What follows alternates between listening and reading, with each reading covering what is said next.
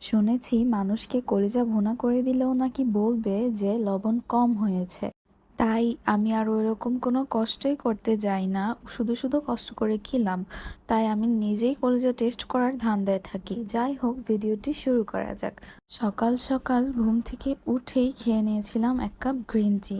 তারপর বসিয়ে দিয়েছিলাম আমার ফেভারিট একটা ডাল, মিক্সড ডাল। মসুর ডাল আর মুগ ডাল মিক্স করে আমি একটা ডাল রান্না করি, সেটাই আর কি। অনেক দিন যাবৎ মাংস খেতে খেতে মনটা কেমন যেন ডাল ডাল করছিল। তারপর ডাল রান্না করে কিছুক্ষণ শুয়েছিলাম। তারপর 11টার দিকে একটা পরোটা আর একটু মাংস দিয়ে নাস্তা করে নিচ্ছিলাম। নাস্তা করতে করতে আমার বেবির সাথে একটু ঠাকুমার ঝুলি দেখছিলাম। তারপর দুপুর টাইমে নিয়ে বসে গেলাম আমার লাঞ্চ।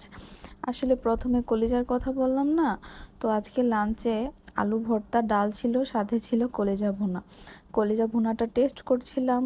আমি এই কলিজা ভুনার টেস্টের কথাই বলেছি, আপনারা আবার অন্যটা মনে করবেন না।